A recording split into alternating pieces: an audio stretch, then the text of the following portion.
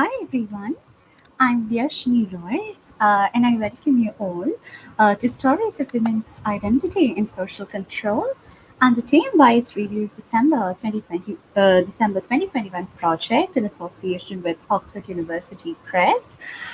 We are calling for submissions of stories, essays, and poems as part of the project. And to know more, please visit www.tellmeyourstory.biz. And today we are honored to present Dr. Nyla Ali Khan.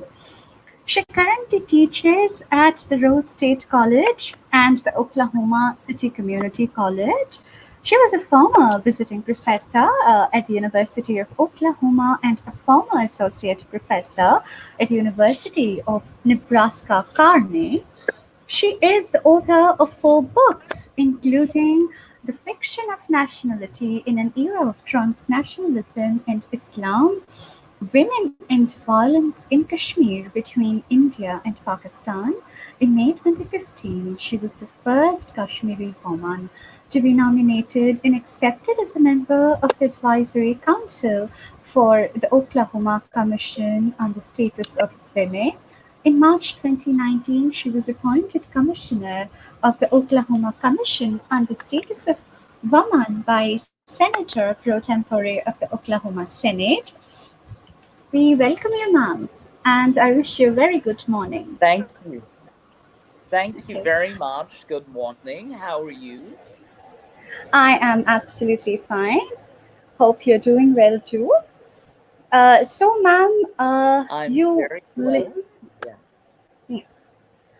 So, ma'am, you live, breathe, and exude human rights through your writings. And in one of your recent articles you wrote, I quote, not just in Kashmir, but in Oklahoma as well. Women can play an important role in establishing a more inclusive democracy, offer new ideas, build broad based political coalitions, and work to bridge organizational divides. Well, could you please offer us your perspectives on the topic of today's session, that is deconstructing gender roles, feminist envisioning of rights across borders? Mhm. I would be I would be happy to, Darshini. I Yes. have prepared a brief presentation Okay. which I would like to share with the viewers. Sure. And after that, I would be happy to respond to your questions. Please do. Please do. So to be and Darshini, I would like to make a quick correction. I have authored 5 books and Okay. edited one. So I Okay. have a total Okay. of 6 books now. And my Okay. latest book, which is on educational strategies for youth empowerment in conflict zones, came out a couple of months ago. And that has Okay. been published by Palgrave Macmillan. Okay. All right. So when I thought about today's topic, here is what I came up with. I was raised in a secular Muslim home where we were encouraged to speak of the liberation of women and of a culturally pluralistic society. I was taught that Islam provides women with social, political, and economic rights, however invisible those rights are in our society. It was instilled in me that Islam gives women property rights, the right to interrogate totalizing social and cultural institutions, the right to hold political office, the right to assert one's agency in matters of social and political import, and the right to lead a dignified existence in which women can voice their opinions and desires so as to act upon the boundaries that constrain and enable social action. Culture inscribes a wide range of experiences which centralizing institutions attempt to render invisible and homogeneous.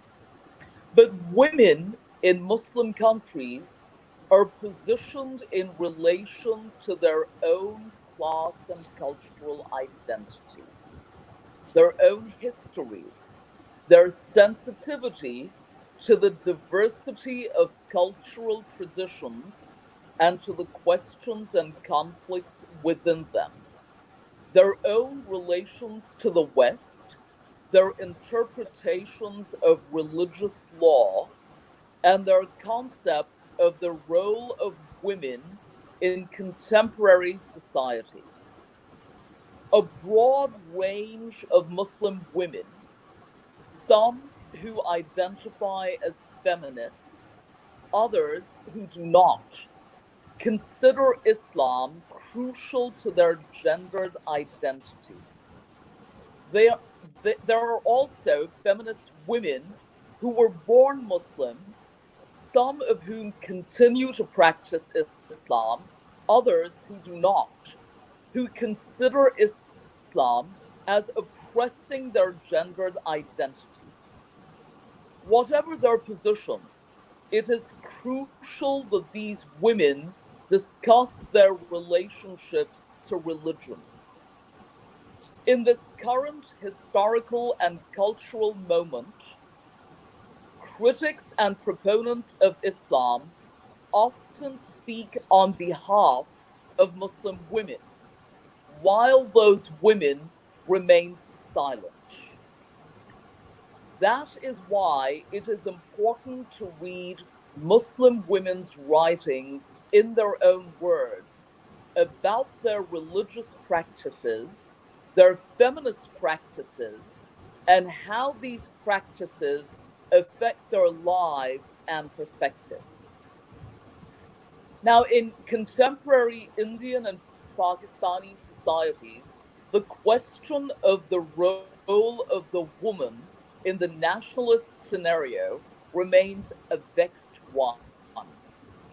Anne McClintock observes about the role of women in the developing world, quote, excluded from direct action as national citizens, women are subsumed symbolically into the national body politic as its boundary and metaphoric limit. End quote. For instance, the ruling political party in India, the Bharatiya Janata Party, claims that the image of woman as powerful mother underlines economic independence for a woman and reinforces her strength and courage of conviction to sacrifice for the family. The Bharatiya Janata Party vociferously campaigns for women in parliament and the judiciary. The women members of this political party argue that they could never identify the modern Indian woman with the liberated woman of the Western world. On the contrary, they campaign for reverting to a mythic past where women were supposedly equals in society. In doing so, the women's wing of the Bharatiya Janata Party makes an ardent attempt to reconstruct history in order to inspire the kind of politics that present day nationalism requires. In effect, the native woman is constructed as a receptacle within which male aspirations are nurtured, and the most barbaric acts are justified as means to restore the lost dignity of women. Now, the story of the partition of India into India and Pakistan is replete with women resorting to mass suicide to preserve the honor of their respective communities, and women who were dishonored being ruthlessly shunned by their families. Reinforcing this logic in Hindutva nationalist rhetoric, the equation of the sanctity of the native female to the motherland has in recent days become more forceful. Why is gender violence such a consistent feature of the communal riots that spasmodically gripped India? If a woman's body belongs not to herself, but to her community, then the violation of that body supposedly signifies an attack upon the honor or izzat of the whole community. Such irrational acts do occur and bear testimony to the intersecting notions of family, nation, and community. In one instance, the crime of a boy from a lower social caste against a woman from a higher upper caste in Mirabali village in the central province of Punjab, Pakistan in 2002 was punished in a revealing way by the tribal jury. After days of thoughtful consideration, the jury gave the verdict that the culprit's teenage sister, Mukhtar Mai, should be gang raped by goons from the wrong social group. The tribal jury ruled that to save the honor of the upper caste Mastowi clan, Mukhtar Mai's brother, Shakur, should marry the woman with whom he was accused of having an illicit relationship, while Mukhtar Mai was to be given away in marriage to a Mastowi man after having been violated. The prosecution said that when she rejected that decision, she was violated by four men of the Mastowi clan and made to walk home semi naked in front of hundreds of people. The lawyer for one of the accused argued that the rape charge was invalid because Mukhtar Mai was technically married to the defendant at the time of the incident. Now, the post colonial scholar Partha Chatterjee makes an interesting observation regarding this construct. The role of woman as goddess or mother binds her to a form of subordination that is an exercise of dominance, dominance without hegemony. In the present socio-political setup, the image of the Indian woman as the impregnable barrier against the perversion of Indian values is an ideal that I would argue incarcerates her. The iconicization of woman as goddess mother circumscribes her movement within society. Despite the encouragement of women's education in post partition India and Pakistan, the womanly virtues of devotion, submission, chastity, and patience are still viewed as the social forms that tradition inculcates in woman. Nationalist discourse creates a framework that confers upon women the mythological status of a selfless, asexual, benevolent, and maternal entity because the edifice of national culture was propped up by the ideals of purity, selfless love, sacrifice, and the result was the continued incarceration of women. Now, I would like to ask all of you a couple of questions, and then you and I will forge a dialogue, Deyasini. So, my questions are: can women play an important role in establishing a more inclusive democracy and new forums for citizen cooperation, can women leaders lead the way by offering new ideas, building broad-based coalitions, and working to bridge organizational divides?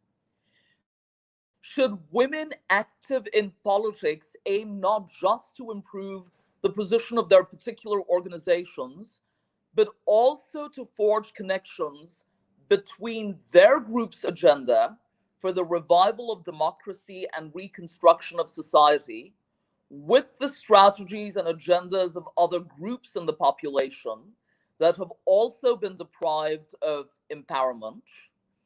And can women's groups pave the way for sustainable peace, universal human rights, and security from violent threats of all kinds?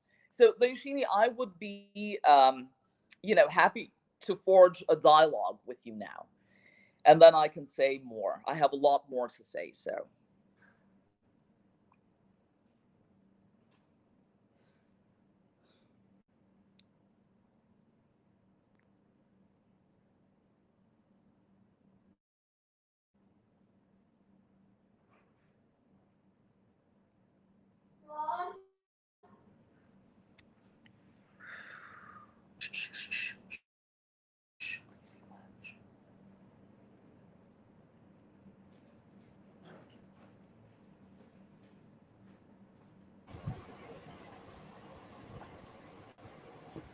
I couldn't hear you, Dayashini.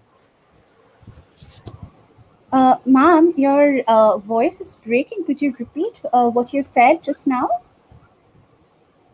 Could you repeat I what you couldn't said hear just? you. I No, couldn't no, hear you. no, no. I'm asking. Could you just repeat what you said just now? You want me to go ahead with the questions? That's what you said. Yes, please. Yeah. Yes. Okay. Yes. Okay. Okay. Thank you. Thank you so much, ma'am, for that, for sharing with us your wonderful insights. Um, so here I go ahead with the questions. So feminist theory, in its most salutary manifestations, is turning thoughtfully democratic, comparative, global, and theorists, notwithstanding the constructivist principle and the burgeoning gender studies, descend from the normative conception of gender as a binary configuration of masculine feminine.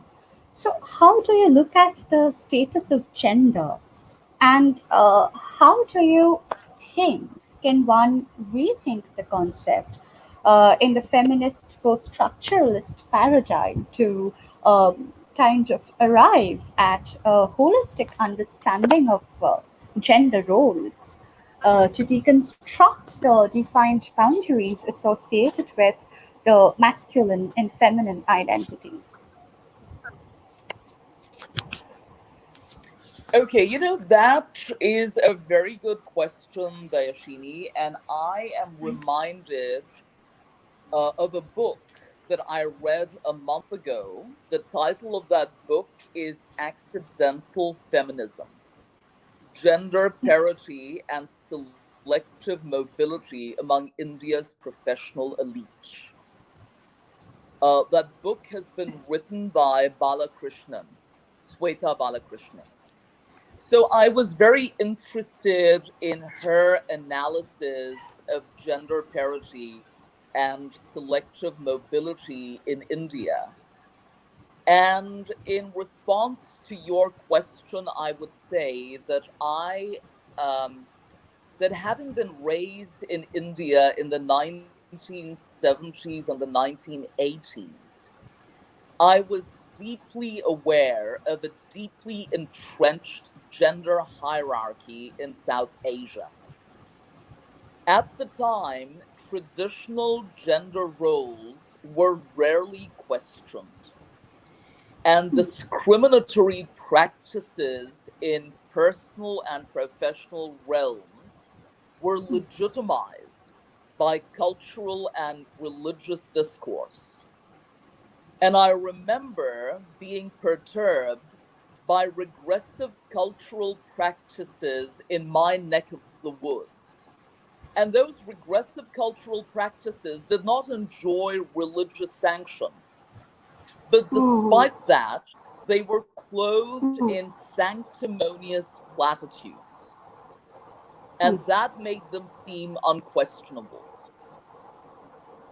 And then I read this book, which is a sophisticated and eloquent analysis of the parity enjoyed by women lawyers in elite law firms in India. And it is a parity that, according to the author, Ooh. continues to elude gendered professional work globally. And in this conscientiously researched book, the author Ooh. begins with celebratory vignettes of women partners in law firms in India.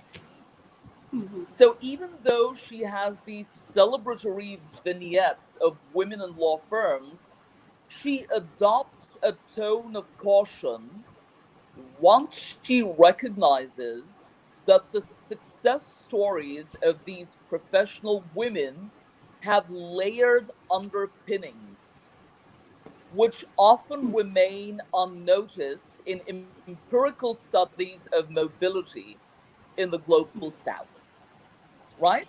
And that's exactly how I would respond to your question.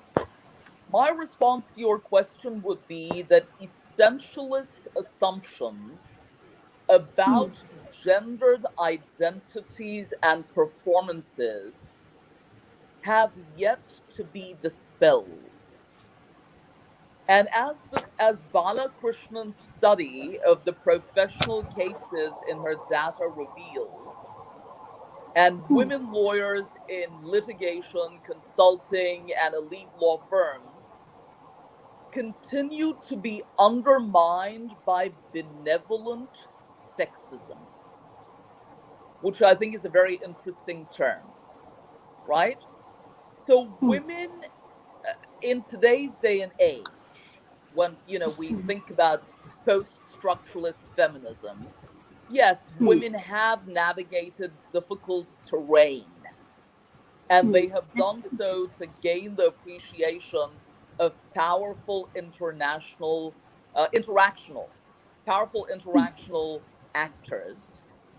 And we have several examples of law firms in India that are powerful illustrations of the connections between conventional female traits and the participation of women in bringing the nurturing and communal spirit traditionally identified with the family into the public sphere. But so I would argue that essentialist assumptions about gendered identities are still very much in place. That is what I would argue.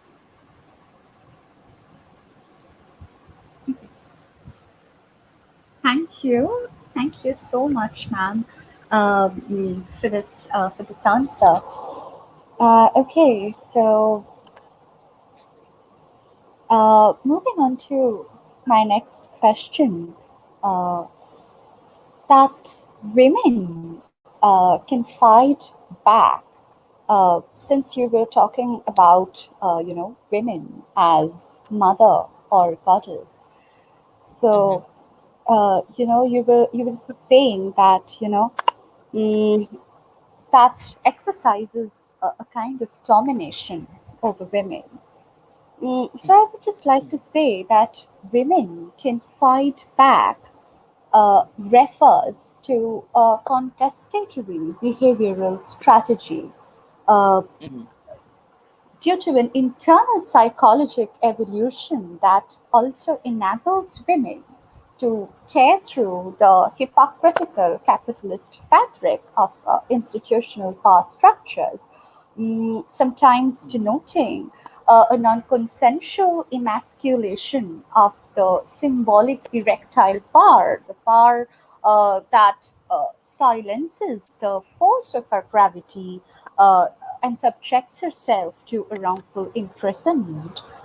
With that, women can fight back, do you think it represents a conscious form of choice? Does it guarantee her the rights to rise above the perils of domesticity? You know, that's a great question.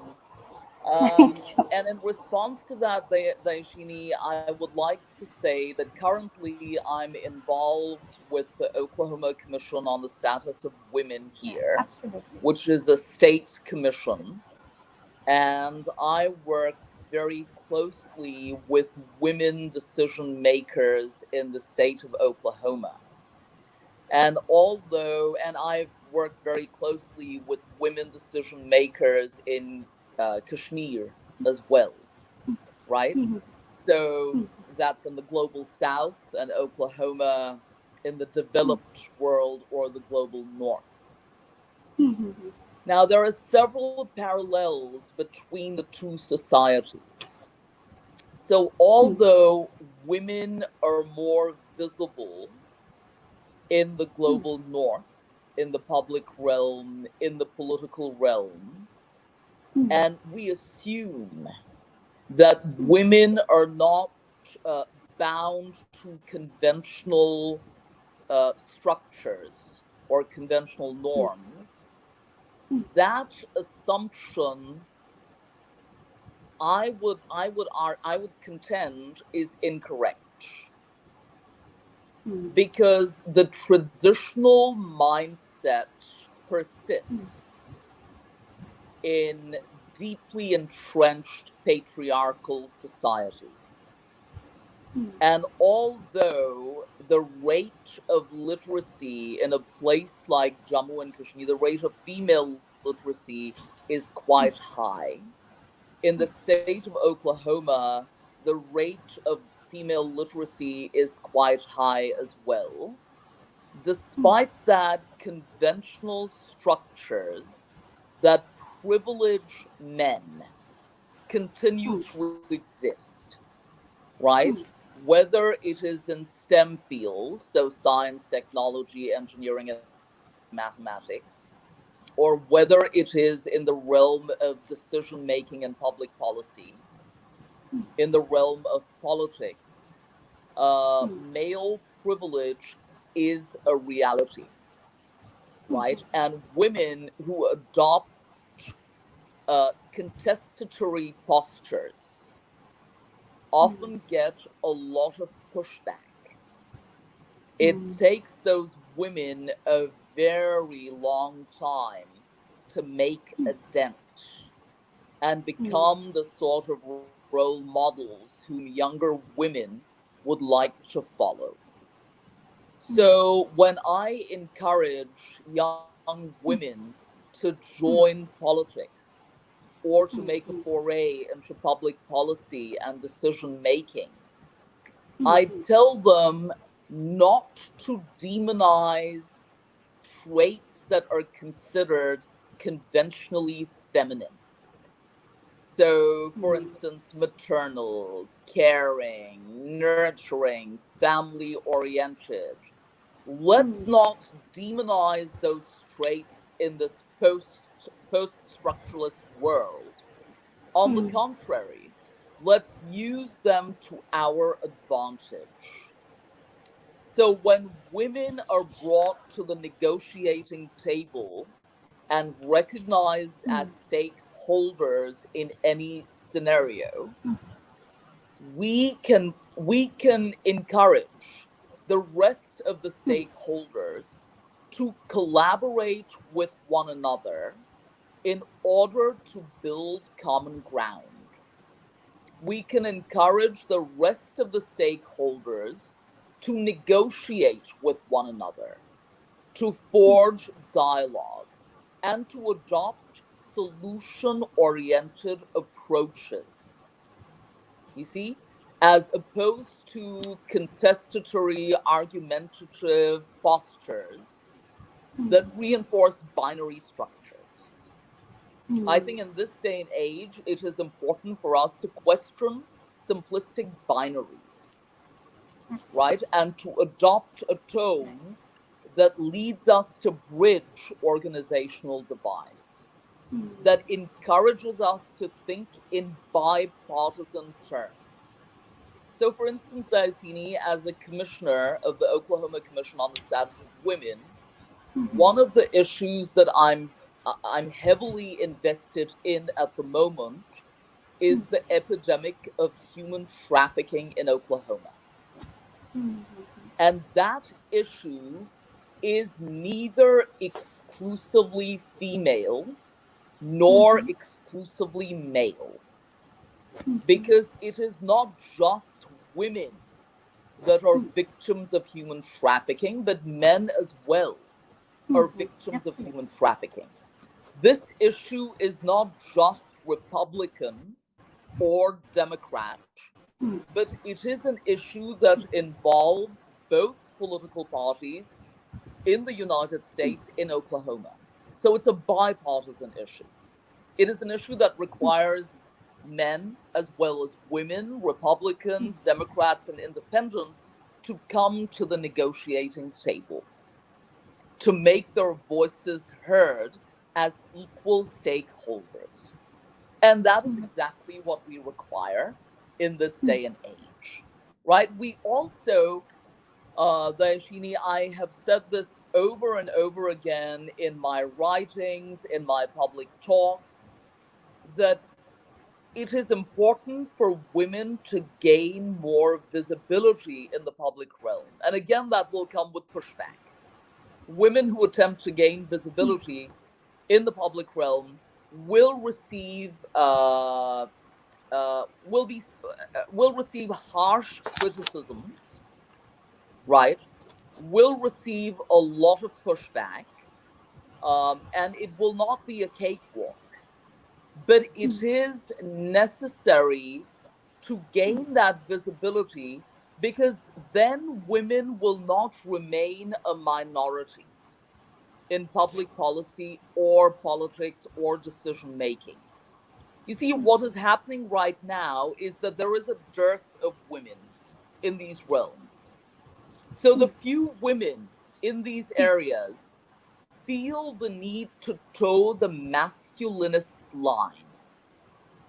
The few women in these realms feel the need to adopt militaristic postures, you know, to become warmongers, because they don't want to be criticized for being too maternal, for being too soft, for being too tender-hearted.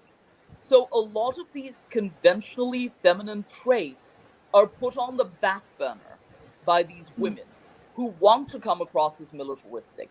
But in this world, we don't need more militaristic rhetoric. On the Absolutely. contrary, we need more conciliatory rhetoric Absolutely. that helps us to build bridges across ethnic divides, across organizational divides, across religious divides, right? Particularly in pluralistic societies. Did that make sense? Yes, it did. Thank you. Thank you so much, ma'am, for that really wonderful answer. So I move on to my next question. To rethink the idea of the feminine within sexual difference as a social, cultural, historical, and psychosymbolic phenomenon have produced more theoretical divisiveness than an eternity of other pressing concerns accompanying the conceptualization of gender. Ma'am, how do you envision the concept of a woman in this liberating postmodern frame? And do you think the new epistemology in women's voice creates a feminism of difference? The new epistemology in, say that one more time, Deyasini. Sure, ma'am. Do you really do you think? How do you think that The new epistemology in women's voice creates a feminism of difference. That's a very good question. And I'm glad you asked that question Thank you. because I think a lot of the time we get lost in the density of theory. A lot of the time, uh, we fail to recognize intersectionalities of race, class, and gender, right? So, the question that you asked, the reason that I found it so interesting is because it seems to me, because this gives me a chance to emphasize that women's issues, women's concerns, and women's responses to discriminatory practices cannot be universalized, right? Right? This is where any attempt to universalize uh, gendered identities, women's responses to discriminatory practices, that becomes problematic because gender, as we well know, is a socio-cultural construct. No two ways around that, right?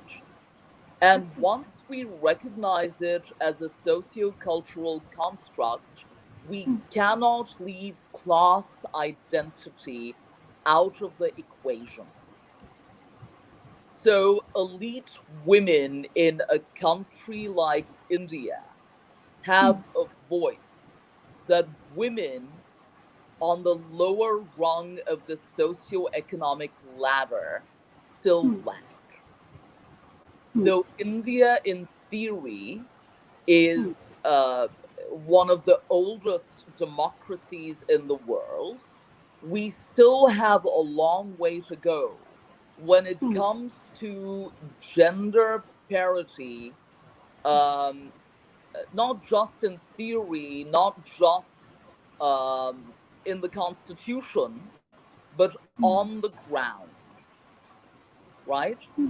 When the you see, although, and I've said this in my previous work as well, that although the Constitution guarantees women several rights, and it gives women in a country like India a unique vantage point from where they can envision a new reality, an alternative future.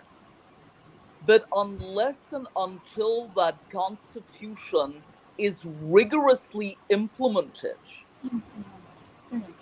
gender parity will not be seen on the ground. So, I would like to give a quick example from the book that I mentioned and that I reviewed not too long ago, which would be a good response to the question that you just asked. Give me a moment there, Shini. Sure, sure, ma'am, sure. Um,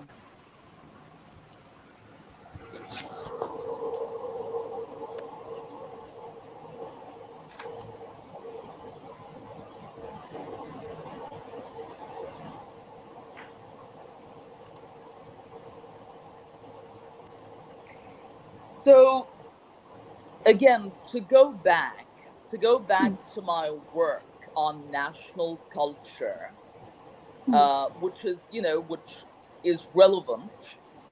So the edifice of national culture, as I said in my presentation, was propped up by the ideals of purity, selfless love, and sacrifice. And I would argue that the result is the continued immiseration or continued incarceration of women. Now, I have argued that nationalist discourse creates the binary of the inner outer in order to make the sanctity of the inner domain look traditional and inviolable. And nationalist writers assert that as long as the inner or spiritual distinctiveness of the culture is retained, a post colonial nation can make the required adjustments to cope with the modern material world without losing its essential identity. Okay? Did that make sense? Now, the Yes, ma'am. author of the book, Accidental Feminism, she highlights the arguments of feminist scholars who assert that under the nationalist construction of the global, the boons of global work have been intertwined with signifiers of moral doom. So the boons of global work are monetary rewards for women, independent lives for women, but there are several feminist scholars who have intertwined those rewards with signifiers of moral doom. And research, Balakrishnan tells the reader, underscores that to access these boons without penalty and achieve success in the global labor market, most women have had to actively perform the embedded expectations of their middle class identity by committing to sexual non promiscuity. So the result, as I observe in my work, is not the orderly process of modernization, but rather the continued immiseration of women, sometimes even women belonging to upper castes. Does that make sense? So, in order to simplify this, to make it more accessible, in the global south, and here I'm talking specifically about India, although women now have more opportunities when it comes to their careers, when it comes to professional development, in order to avail themselves of those opportunities, they require societal approval or societal validation. And often that societal validation requires women to adopt certain postures, right? And Yes. one of those postures would be sexual modesty. Does that make sense? Yes. And even upper class women are bound by those norms, by those societal expectations. So I don't know if I responded well enough to your question, but I tried to give you a concrete example to show you what I meant. Ma'am, that was brilliantly answered. Thank you so much.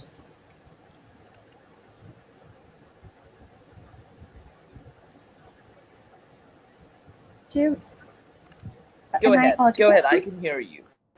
Okay, okay. Thank you so much. Thank you so much, ma'am.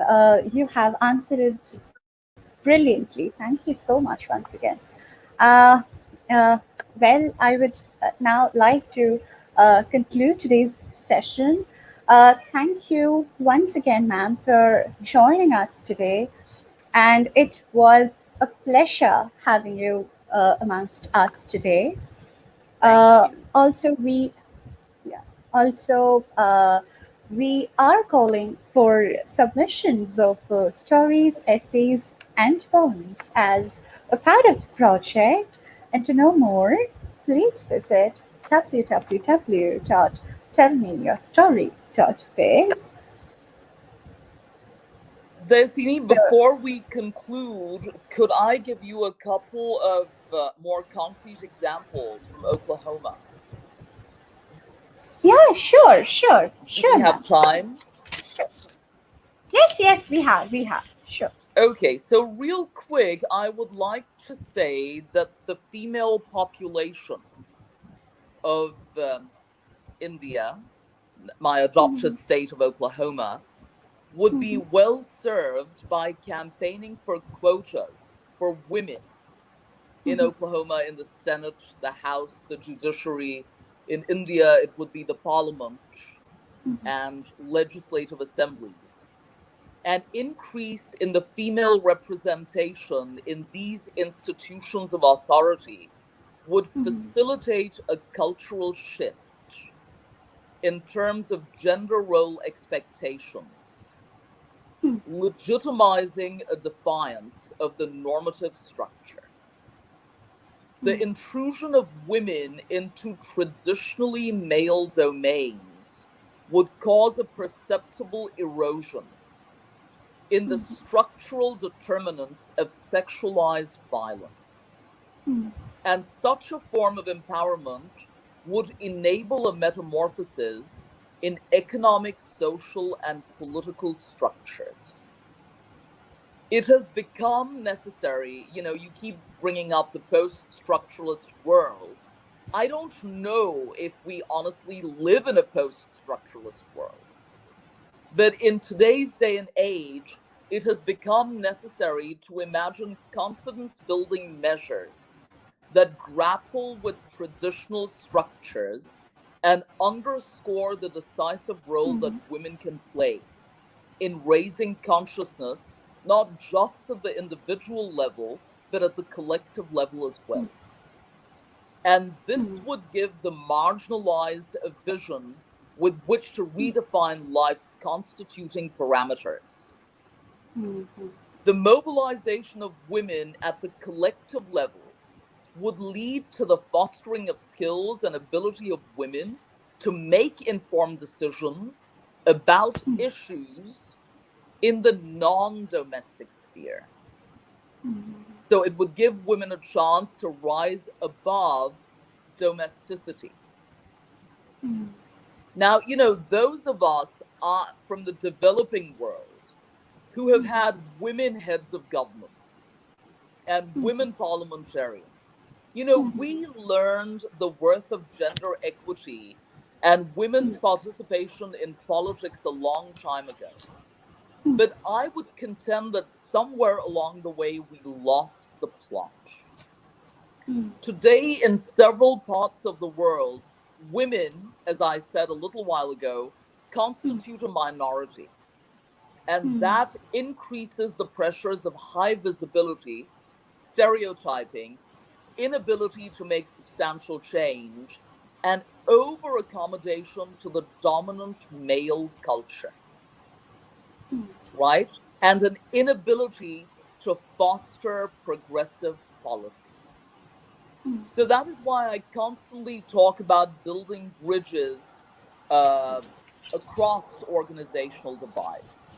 That is why I think it is important, because an important challenge then and now is the restoration of human rights in several parts of the world, and that includes women's rights. We need the validation of a secularism that recognizes diverse religious identities and gender identities and allows for the accommodation of those identities within a secularist framework. That is what I would like to end with. And Deyasini, your readers might want to take a look at this. I have statistics on honor killings, right? And that is an epidemic that we must deal with, that is important to recognize. You see, the UN estimates that around 5,000 women and girls are murdered each year In countries such as Bangladesh, Brazil, Canada, India, Ecuador, Egypt, Italy, Jordan, etc. And more than 200 million girls and women alive today have been victims of female genital mutilation in 30 countries in Africa, the Middle East, and Asia. And more than 3 million girls are estimated to be at risk for female genital mutilation annually, even today. So I don't know if we live in a post structuralist world. I don't know if we have reached that point. Okay, given that we True. are still dealing with these issues. True. True. We can conclude now. Okay. Thank you, ma'am, for sharing your wonderful insights with us. So, with this, we end the session. Thank you so much. It was a pleasure talking with you, as always. Thank you so much, ma'am. It was a pleasure having you amongst us today. And I'm so glad we have been able to build bridges across geographical divides. Absolutely. All right, God Absolutely. bless you and continue your good work. Thank you. Thank you All so right, God much. bless. Bye. Bye bye.